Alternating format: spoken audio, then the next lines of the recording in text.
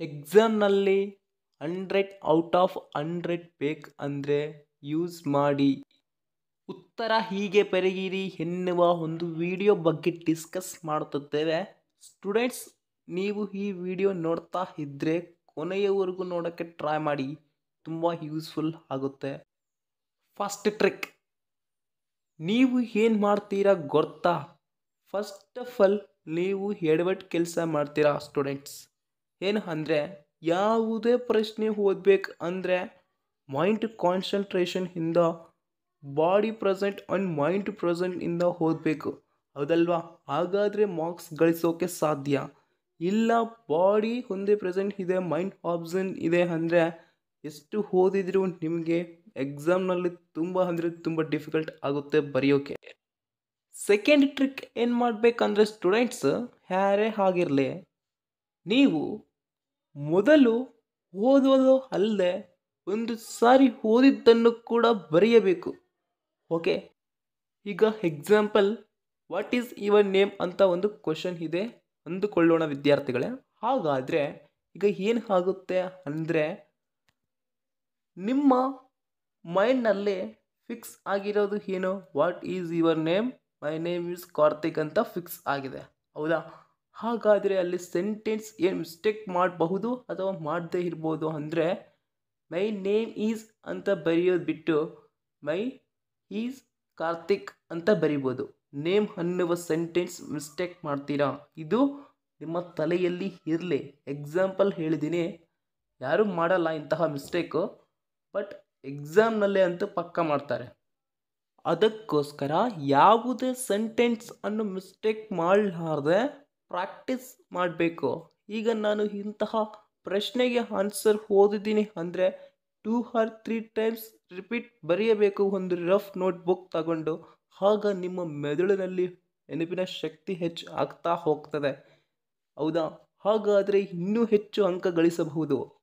Next, third trick, ಇದನ್ನು ನೀವು ಎಲ್ಲರೂ ಯಾರು ಸ್ಟೂಡೆಂಟ್ ವಿಡಿಯೋ ನೋಡ್ತಿದ್ದೀರೋ ಇದನ್ನು ಯೂಸ್ ಮಾಡಿದ್ರೆ 100ಗೆ 100% ಅಂತ 100 ಔಟ್ ಆಫ್ 100 ಮಾರ್ಕ್ಸ್ ಅನ್ನು ತರುತ್ತಾರೆ.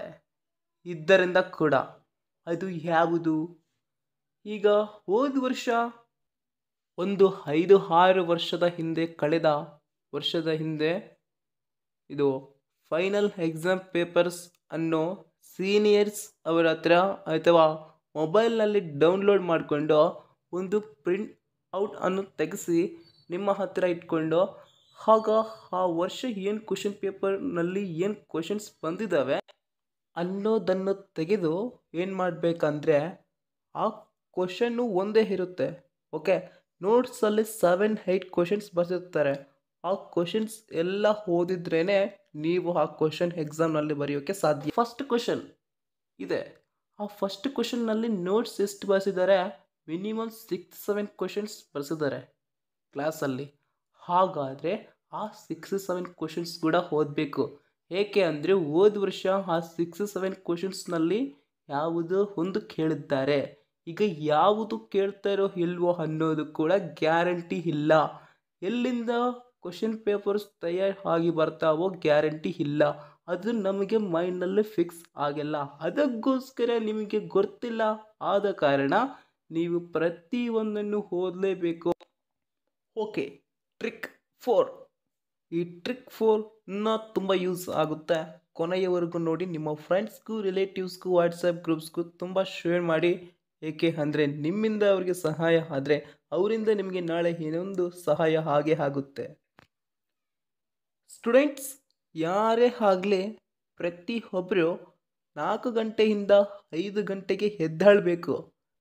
ನಂತರ ಏನು ಮಾಡಬೇಕಂದ್ರೆ, ನೀವು ಎದ್ದೇಳಿದ ಕೂಡಲೇ ಏನು ಮಾಡಬೇಕು, ಇದು ಮುಖವನ್ನು ತೊಳೆದುಕೊಂಡ ನಂತರ ಬಂದು ಓದೋಕೆ ಕೂದಬೇಕು. ಈಗ ನೀವು ಮುಖವನ್ನು ತೊಳೆದುಕೊಂಡಿಲ್ಲ, ಹಾಗೆ ಓದ್ತಿದ್ದೀರಿ ಅಂದರೆ ಇನ್ನೂ ನಿದ್ದೆ ಬರೋ ಚಾನ್ಸಸ್ ಇರುತ್ತೆ. ಆದ ಕಾರಣ ಚೆನ್ನಾಗಿ ಮುಖವನ್ನು ತೊಳೆದುಕೊಂಡ ನಂತರ ಟುವಾಲಿಂದ ಒರೆಸ್ಕೊಂಡು ನಂತರ ಓದೋಕೆ ಕೂಡ್ರಿ. ಆಗ ಯಾವುದೇ ನಿದ್ದೆ ಮುಬ್ಬು ಇರೋದಿಲ್ಲ, ಓದೋಕೆ ಇಂಟ್ರೆಸ್ಟ್ ಬರುತ್ತೆ. ನೋಡ್ರಿ ಸ್ಟೂಡೆಂಟ್ಸ್, ಇದು ಒಂದು ಮೈಂಡ್ನಲ್ಲಿ ಫಿಕ್ಸ್ ಆಗಲಿ, ಯಾವತ್ತಿಗೂ ನೆನಪು ಇರಲಿ. ನೀವು ಯಾವತ್ತು 4 ಗಂಟೆಯಿಂದ 5 ಗಂಟೆಗೆ ಮುಂಜಾನೆ ಎದ್ದು ಓದೋದು ಪ್ರಾರಂಭಿಸುತ್ತೀರೋ ಆಗಲಿಂದ ನಿಮ್ಮ ಫ್ಯೂಚರ್ ಅನ್ನೋದು ಬದಲಾವಣೆ ಆಗುತ್ತೆ. ಯಾಕೆ ಅಂದರೆ ಆ ಟೈಮ್ನಲ್ಲಿ ಓದಿದ್ರೆ ಯಾರು ಡಿಸ್ಟರ್ಬೇ ಮಾಡಲ್ಲ.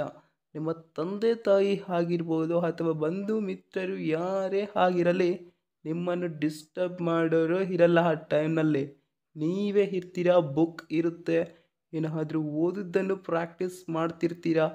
ಆಗ ನೆನಪಿನ ಶಕ್ತಿ ಇನ್ನೂ ತುಂಬ ತುಂಬ ತುಂಬ ಹೆಚ್ಚು ಆಗ್ತಾ ಹೋಗ್ತದೆ. ಎಕ್ಸಾಮ್ನಲ್ಲಿ ತುಂಬ ಸ್ಪೀಡ್ ಆಗಿ ಆ ಕೈ ಹಾಡ್ತಾ ಇರುತ್ತದೆ. ಇಲ್ಲ ಅಂದರೆ ಎಕ್ಸಾಮ್ನಲ್ಲಿ ಕೈ ಹಾಡೋದು ಇಲ್ಲ, ನೀವು ಏನಾದರೂ ಓದಲಿಲ್ಲದೆ ಇದ್ದರೆ ಬರೆಯೋದು ಇಲ್ಲ. ಓಕೆ, ಇನ್ನು ರಿಸಲ್ಟ್ಸ್ ಟ್ರಿಕ್ 5. ನಾನು ಎಕ್ಸಾಮ್ನಲ್ಲಿ 100 ಔಟ್ ಆಫ್ 100 ಬಂದಿದ್ದೆ. ಬಟ್ ನನಗೆ ಬಂದಿರೋದು ಅಂತೂ 100ಗೆ 90, 85 ಇಂತಹ ಮಾರ್ಕ್ಸ್ ಬಂದಿದ್ದಾವೆ. ಅನ್ನೋದು ಯಾಕೆ ಅಂತಾರೆ, ಯಾಕೆ ಹಂಗೆ ಬರ್ತಾವೆ ಅನ್ನೋದು ತಿಳಿದುಕೊಳ್ಳೋಣ. ಈಗ ಸ್ಟೂಡೆಂಟ್ಸ್ ಏನು ಮಾಡ್ತಾರೆ ಅಂದರೆ ಮೋಸ್ಟ್ಲಿ ಎಲ್ಲರೂ ಮಿಸ್ಟೇಕ್ಸ್ ಮಾಡ್ತಾರೆ. ಮಿಸ್ಟೇಕ್ಸ್ ಬರೆಯಬೇಕು. ಹಾಗಾದರೆ ನಿಮ್ಮ ಮಾರ್ಕ್ಸ್ ಅನ್ನು ಕಟ್ ಮಾಡೋರಂತೂ ಯಾರ್ಯಾರು ಇರಲ್ಲ. ಲೆಕ್ಚರರ್ಸ್ ಕೊಡಬೇಕು ಅವರಲ್ವಾ. ಅದಕ್ಕೋಸ್ಕರ ಮಿಸ್ಅಂಡರ್ಸ್ಟ್ಯಾಂಡಿಂಗ್ ಮಾಡಲಾರ್ದೆ ಬರೆದು ಬನ್ನಿ. ಕೆಲವು ಸ್ಟೂಡೆಂಟ್ಸ್ ಫಸ್ಟ್ ಪ್ರಶ್ನೆಗೆ 10th ಪ್ರಶ್ನೆ ಬರೆದು 10th ಪ್ರಶ್ನೆಗೆ ಫಸ್ಟ್ ಪ್ರಶ್ನೆ ಬರೆದಿರ್ತಾರೆ. ಹಾಗ ಮಾಡೋಕೆ ಹೋಗಬೇಡಿ.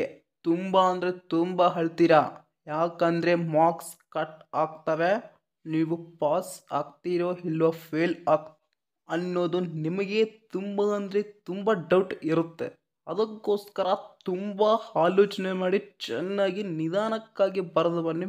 ನೀವೇನಾದರೂ ನಮ್ಮ ಚಾನಲ್ ಅನ್ನು ಸಬ್ಸ್ಕ್ರೈಬ್ ಆಗಿಲ್ಲ ಅಂದರೆ ದಯವಿಟ್ಟು ಬೇಗನೆ ಸಬ್ಸ್ಕ್ರೈಬ್ ಆಗಿ, ಹಾಗೆಯೇ ಬೆಲ್ ಐಕನನ್ನು ಪ್ರೆಸ್ ಮಾಡಿ ಆಲ್ ಆಪ್ಷನ್ ಅನ್ನು ಕ್ಲಿಕ್ ಮಾಡಿಟ್ಟುಕೊಳ್ಳಿ. ಯಾಕೆ ಅಂದರೆ ಪ್ರತಿಯೊಂದು ಇನ್ಫಾರ್ಮೇಷನ್ ನಿಮ್ಮ ಮೊಬೈಲ್ಗೆ ನೋಟಿಫಿಕೇಷನ್ ಮುಖಾಂತರ ತಲುಪಿದರೆ ನಿಮಗೆ ತುಂಬ ಈಸಿ ಆಗುತ್ತೆ. ಇಂತಹ ಚಾನಲಿಂದ ಒಂದು ನೋಟಿಫಿಕೇಷನ್ ಬಂದಿದೆ, ಅದನ್ನು ಕ್ಲಿಕ್ ಮಾಡಿ ನೋಡೋಣ ನಮಗೆ ಸಂಬಂಧಪಟ್ಟಿರುತ್ತಾ ಇಲ್ವಾ ಅನ್ನೋದು ಇನ್ಫಾರ್ಮೇಷನ್ ಆದರೆ ಸಿಗುತ್ತೆ. ಪ್ಲೀಸ್ ಲೈಕ್ ಮಾಡಿ. ಈ ವಿಡಿಯೋಗೆ ಲೈಕ್ ಕೊಟ್ಟರೆ ಇನ್ನೊಬ್ಬರಿಗೆ ರೀಚ್ ಆಗುತ್ತೆ ಈ ವಿಡಿಯೋ. ಅವರಿಗೂ ಅಷ್ಟು ಇಷ್ಟು ಇನ್ಫಾರ್ಮೇಷನ್ ಆದರೆ ತಿಳಿಯುತ್ತೆ. Very all the best. ಯಾವುದೇ ಎಕ್ಸಾಮ್ ಆಗಲಿ ಚೆನ್ನಾಗಿ ಬರೀರಿ. ನಿಮ್ಮ ಫ್ರೆಂಡ್ಸ್ಗೂ ರಿಲೇಟಿವ್ಸ್ಗೂ ವಾಟ್ಸಪ್ ಗ್ರೂಪ್ಸ್ಗೂ ತಪ್ಪದೆ ಶೇರ್ ಮಾಡಿ. ಸಬ್ಸ್ಕ್ರೈಬ್. Thank you.